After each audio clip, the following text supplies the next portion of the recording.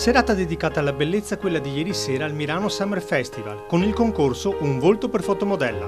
Beh, ormai è diventata una tradizione quella di un volto per fotomodella, è un posto che ci accoglie sempre bene, un posto che ci accoglie in maniera fantastica, un palco stupendo, una passerella incredibile e porta fortuna perché l'anno scorso la vincitrice ha vinto poi il titolo nazionale, chissà che non ripetiamo la cosa, insomma.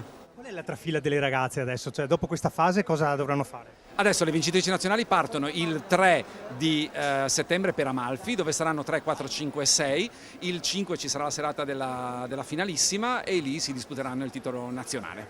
Dopo una lunga selezione sono state 38 le ragazze giunte a Milano per questa finale. Si sono fatte conoscere, hanno sfilato in abito da sera e in costume da bagno, davanti a una madrina d'eccezione, Cecilia Rodriguez. La soubrette e fotomodella, una volta salita sul palco, ha incantato per fascino e simpatia. Naturalmente non è mancata una domanda sulla sua ultima partecipazione all'Isola dei Famosi. Com'è stata come esperienza? Come esperienza è molto bella, molto. Non ritornerei perché veramente...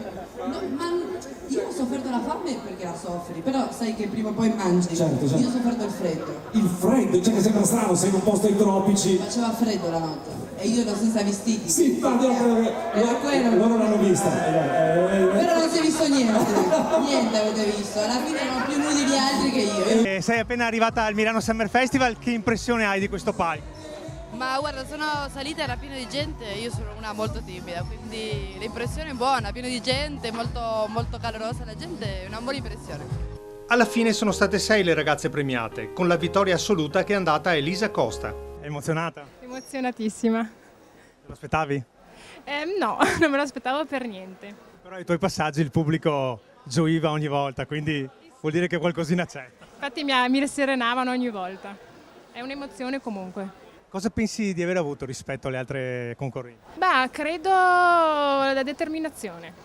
Sono molto determinata ad andare avanti in questo concorso. Soddisfatto naturalmente il presidente dell'Associazione Volare, Paolo Favaretto, che dal palco del Milano Summer Festival ricorda l'appuntamento per lunedì 27 luglio.